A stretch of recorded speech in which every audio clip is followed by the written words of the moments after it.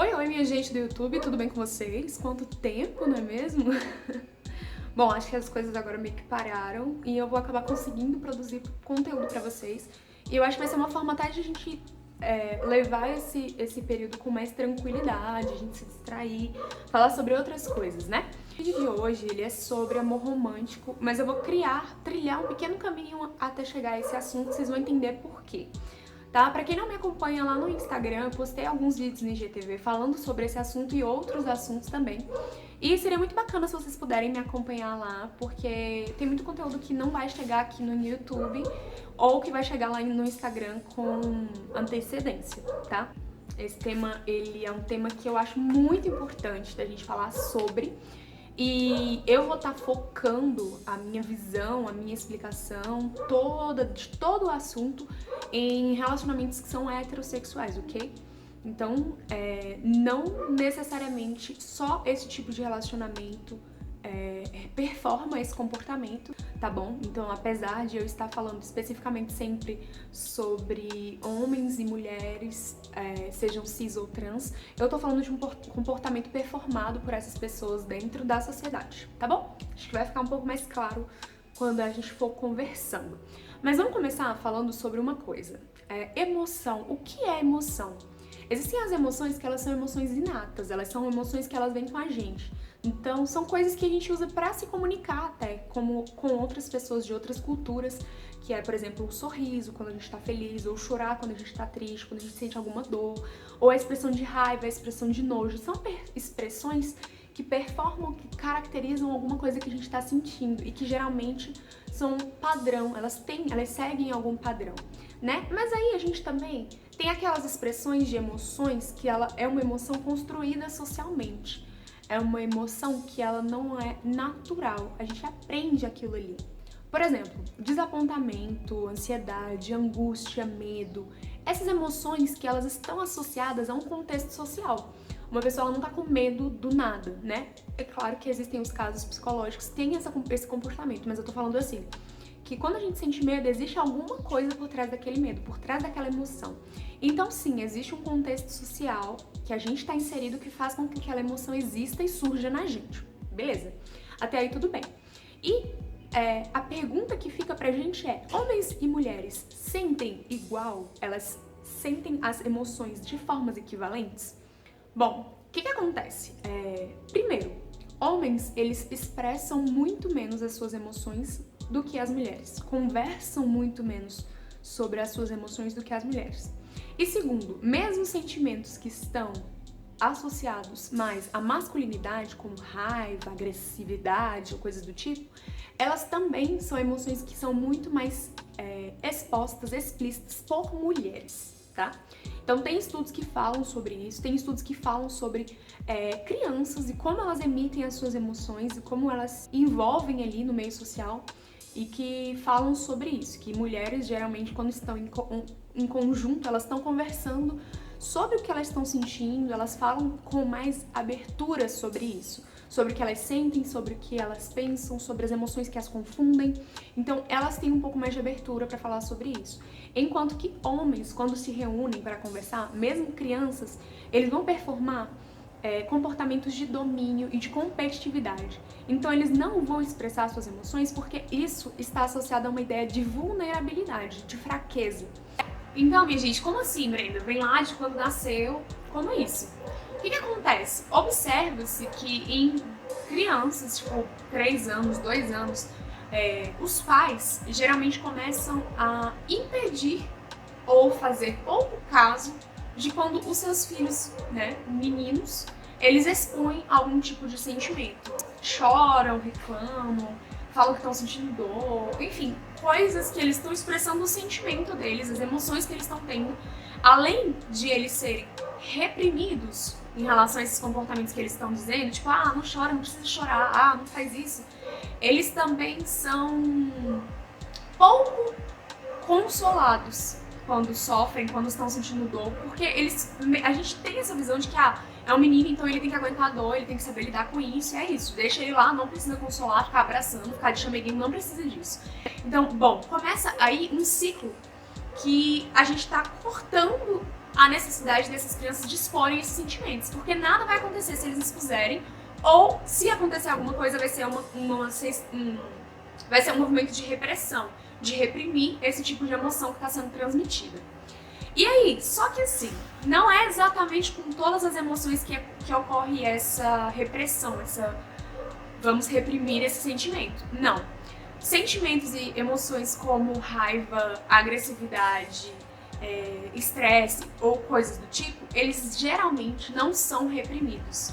As pessoas acham ok e acabam reforçando esse tipo de comportamento nos meninos. E já com as meninas, o que ocorre é o contrário. Então, todo tipo de sentimento que é expresso, seja chorar, ou a tristeza, ou qualquer coisa que precisa de um consolo, as meninas geralmente são consoladas.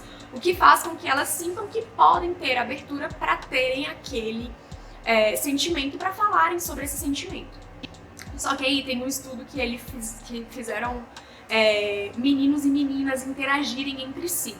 Lembrando, as meninas quando interagiram entre si, elas geralmente se negociam, escolhem a brincadeira em conjunto, todo mundo fala, elas expõem seus sentimentos sobre aquilo, e os meninos eles criam uma competição. Então um tem que ser melhor que o outro, eles não se ouvem, eles não negociam com facilidade, porque buscam essa ideia de domínio, de controle mesmo.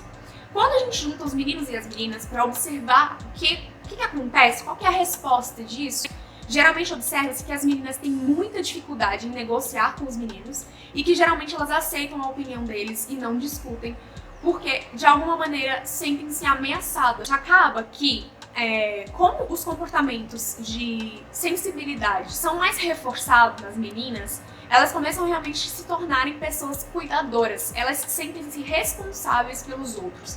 E vocês podem observar muito como isso se prolonga e é carregado até o fim das nossas vidas, como as mulheres são responsáveis pela manutenção do casamento, por exemplo, dentre outras relações, mas geralmente elas são responsabilizadas pelas relações que elas vivem, responsabilizadas pelos filhos, responsabilizadas pelos maridos, pelas famílias, enfim.